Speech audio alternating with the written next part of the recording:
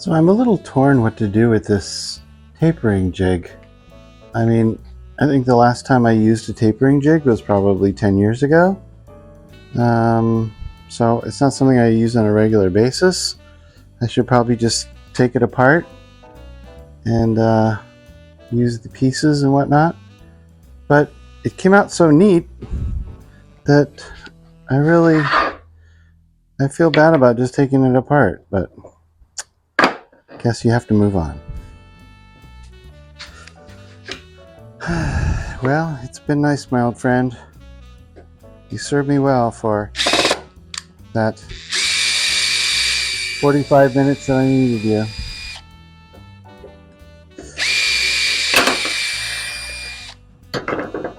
You will now be relegated to the scrap bin. And I can put this back to 0.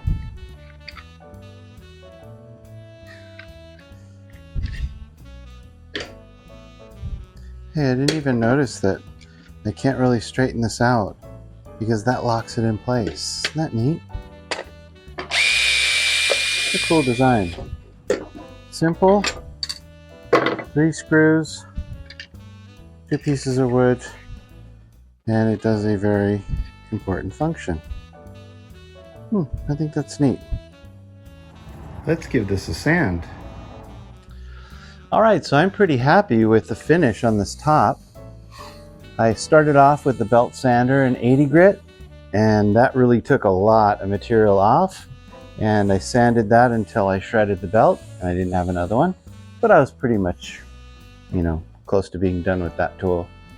Then I did, I think, a little bit of 80 with this, 100, 120, 150, and then I ended up with this 220. And it is like glass. Grains really come through, and I think I stopped at about 150 on the back, or 120. Don't really need to get that smooth. So that pretty much does it for the top, except I did round over these corners a little bit just with the sander, and then I want to put a little bit of a detail on the top of this all the way around. Kind of hesitate because it looks so nice now, and I'm afraid I'm going to screw it up, but if I can find just like a really small OG router bit, something in my kit, and then maybe get the router table out and do it that way, maybe I can avoid totally messing it up. And then I think I'm going to do something a little bit different. So I'm going to finish this kind of like I've done everything else with that brush on stain and poly in one. It's really nice and it'll leave a good durable finish. And then I think the thing that I'm going to do different is I think I'm going to try to make the legs and the skirt like one piece. And I ordered some fasteners so I could put the corners together with the skirt, and then paint the whole thing, and then it would kind of be like a unit, and then this top could just set on top, and then maybe I'll put a few screws in there with some play to let this expand and contract and stay happy over time. So this is really starting to take shape. Let me tell you the challenge that I ran into. You can see that this doesn't fit right here. Initially I had thought to put the legs right in line with that, but I checked the other table that I had made that I'm kind of copying from, and I'll put a picture of that here, and then I measured kind of the distance between the edge of the leg and the edge of the table, and they were more far out than that. And why I was kind of questioning is because when I had them in like that, I thought the legs looked really bunched up underneath, and the table seemed to be overhanging quite a bit. And then as soon as I moved them out to be about the same distance as on the other table, I thought, hey, that looks a lot better. I think it feels like it's more of an even stance of the table. But I had already cut these pieces, and so that meant that these pieces were not the right size. So I can use the long ones I can cut those down to do the short sides, but the long sides, I didn't really have any other wood, so I think what I'm going to try to do is glue up some of these pieces end to end and kind of go that way. I think I should be able to put a biscuit in the middle and maybe back it with another piece. Here's all the pieces that I'm going to use to make my two long stretchers. My most important part, I think, is to try to find two pieces that can join. We're going to paint it. That's why I can get away with this, because we're going to paint it. And two pieces where this joint is not going to show. So I'm going to try to really find a nice joint there. See, this is a little chipped out here, so I don't want that. And then these are long enough, and I can cut them to length. So let me just deburr these a little bit so I don't have any burrs hanging in the way. Then I'll kind of match them up and I'll see which ones fit the best. Okay, so I think I've settled on this. So this is going to be the front part that shows, and this is going to be the bottom, the part that goes up against the part that doesn't go up against the table. This will be the part that goes up against the table, I think. No, maybe the other way around. That looks nicer, so I think maybe like this. Part that goes up against the table will be on the bottom. The top will show, and then I'll put this piece as a sister, just kind of right there, and then same thing with that. Then I'll cut these to size, to length, and I think we'll be good to go. I've got my points marked for some biscuits. Let's see if a number 20 biscuit is going to fit. I think it's pretty big. That's too close. So let's get a smaller biscuit. Okay, this is a number 10. It's still pretty close. You know what I'm going to do is I'm going to cut a test with a scrap piece and make sure that I'm not going to go over with my biscuit joiner. And if not, then I will go ahead and cut these and we will move forward. That's why it's sometimes important to get these right in the center, because if you don't have too much space on each side and I'm off center like this, that's probably not the best thing. So I think what I'm going to do is, rather than just striking a mark, is I'm actually going to measure where the center is, and then I'm also going to do a little test of an end piece. We'll do that right now. So it's 2.5 inches wide, so I'm going to mark this at 1.25 inches. So it'll be right in the middle. And then scribe my line across the joint. So I did this on a test piece, and that's just too darn close. I'm worried about it breaking out. So let's go with a 0 biscuit instead. I'd like to use those, it's great, but man, it's just so close. So close. God, that'd make a nice joint though. Maybe it's good if I have a little bit of area around here too. Might add some strength. So yeah, let's go with the 0. Okay, 0 biscuits. Ooh, I don't have that many. Probably should order more of those. And that's going to give me a lot more give there. A little bit of leeway, which will be nice. Wow, I'm really glad that I did that. Look at, there's really not much space. So I'm glad I went to the 0 rather than the number 10 biscuit. Because those, even though I marked it to go right in the center, there's not much. So yeah, I'm glad that I did that part. That was a smart thing that I did. Okay, so then sometimes on your biscuits you might get a little bit of thing right here, and you know, that's could possibly keep you from you know, clamping it together nice and tight. So either pick it off, peel it off, or sand it, kind of like I did, and make sure that you test fit each one So we have a nice, good, tight joint there.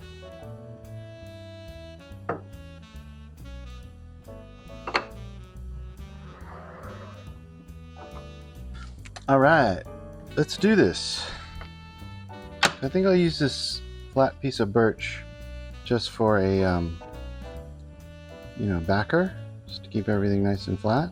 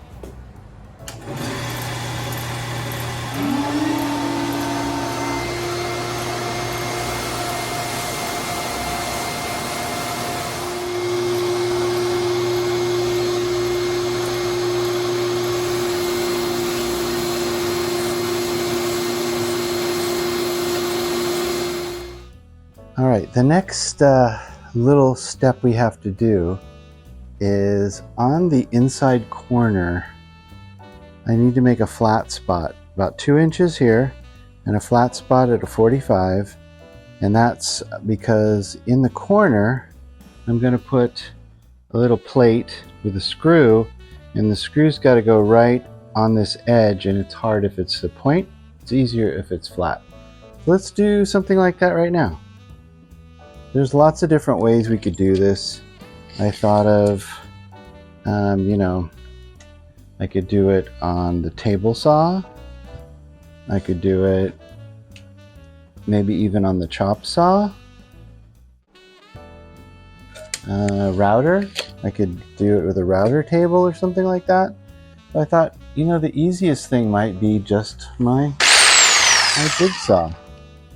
And I don't know whether I'm just going to hold it or I'm going to actually put it at a 45-degree angle.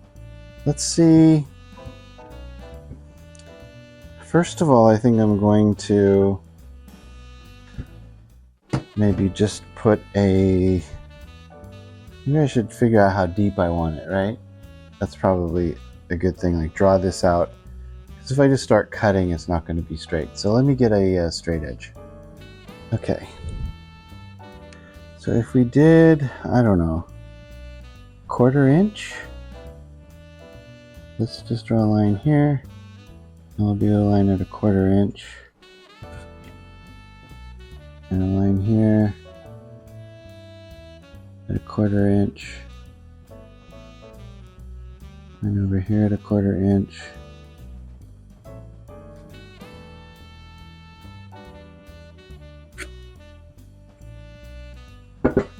And then the line here at a 1/4 inch. Oh, get away from me, bug. Don't make me get the fly swatter. And so what we want to do is take out just that little pyramid, triangle piece. Okay, so the best way to do that, I don't know. Let's play around a little bit and see. So if I held this like this, kind of at an angle, and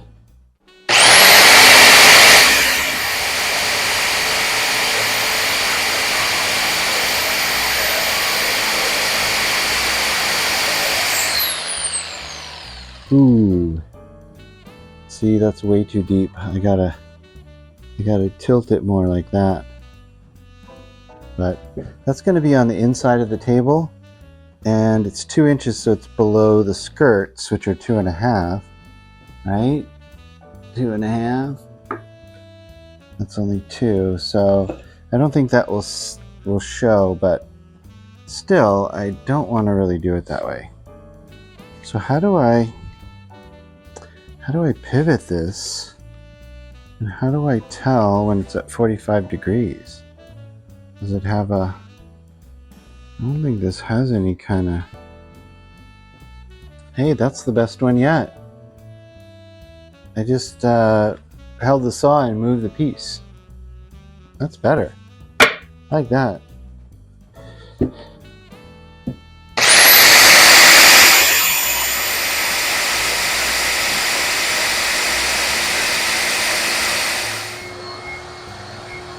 So I just, instead of using the saw, I just kind of did this on the sander. That looks pretty good. I think that'll work.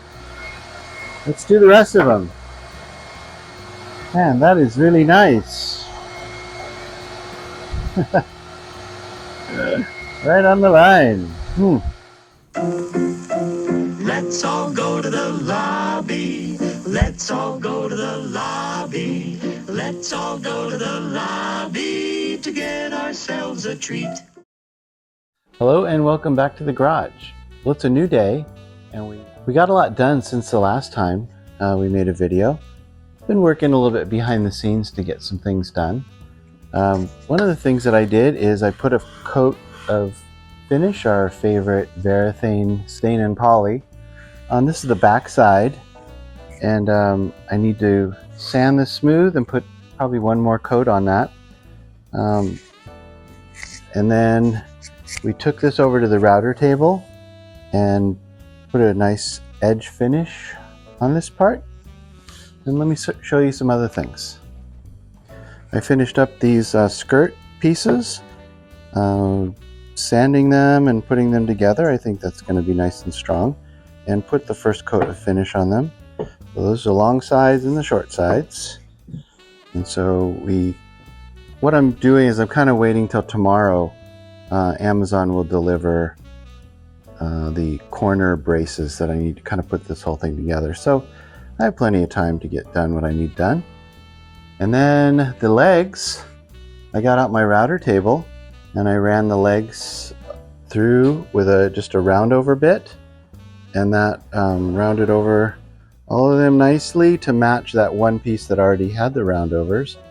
I think you saw we cut these little reliefs there and put the first coat of finish. So I have them all sitting there, hanging there.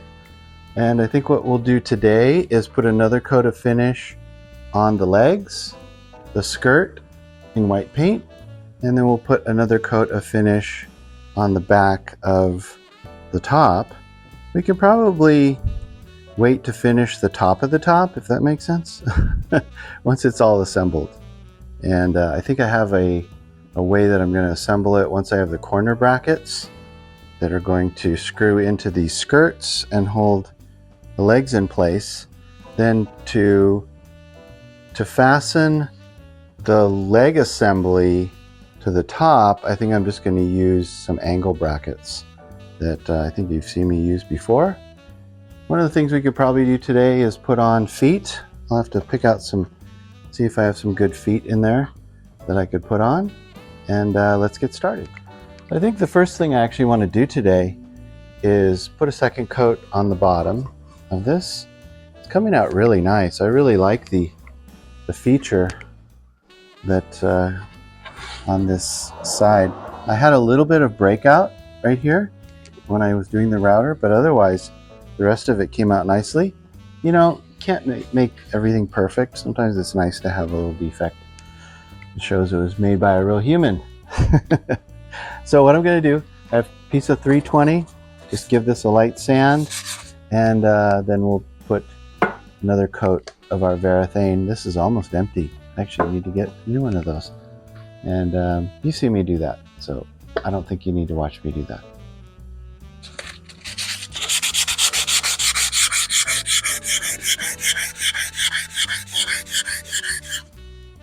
It's amazing how smooth it makes that. Just knocking down like all the little fibers. And then I'll tack it and then just put a quick coat on it. It's the bottom of the table, so not really that important. And if you see, I even left some of the marks on there to help me locate the legs. And I don't mind that at all. I think that's kind of cool. And I'm probably going to sign this. I could probably do that now. Try to sign and date it so people know who made it. Hopefully this is in somebody's home, providing a nice table for somebody long after I'm gone. You don't want to get morbid. Okay. That's really rough right there. Right. See, your fingers are the best thing. Really. Best thing to check something is rough or not. You can feel it immediately. Yeah, that's good. Okay. And even tack cloth. I think my hand is the best tack cloth. There, and I'm ready. I'm ready for finish. I wouldn't wipe it with anything else.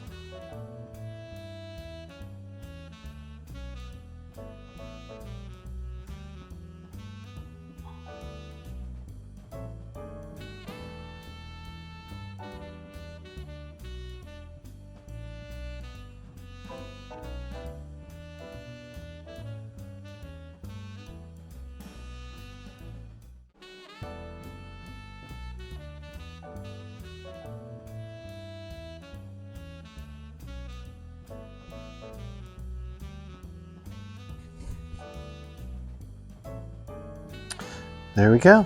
Then we'll just put that aside to dry. Looks pretty good to me. I found this can of paint in the shed. Not sure where I got it. I don't think it's very expensive.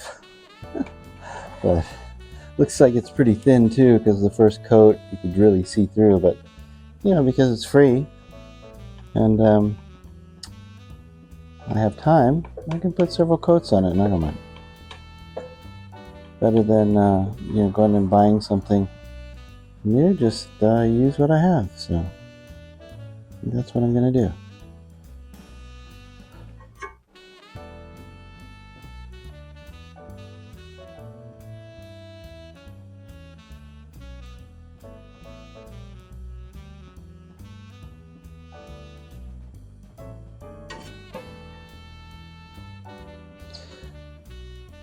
So I don't know any way to do this without getting paint all over my fingers, but it's okay. It washes off. I'm just going to kind of do these, and I think, because I don't have to paint the ends, those are going to be covered by the legs. And I think once I'm done painting all four, actually I don't need to do the bottom, that bottom either, because that goes against the underside of the top. So maybe three, with those sides, it's maybe easier to keep paint from getting all over my fingers, but you know, we'll just paint all these and then set them to dry. Does anybody remember that Rust-Oleum commercial with Johnny Bench? Catcher for the Reds, I believe. And he used to paint Johnny's bench and he would say, no runs, no drips, no errors.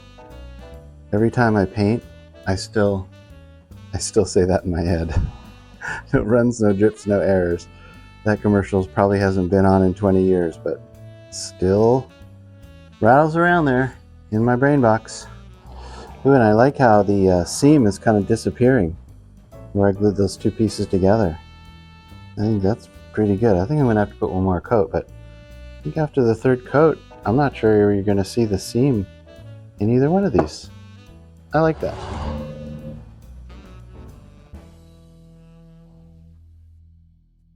Hey, just like Johnny's bench. His name was Bench. He played for the Reds, so they had him painting a red bench. Marketing geniuses. It seems silly right now, but I'm still remembering it after all these years, so I guess I must have done something right. Alright, so now let's put another coat on the legs.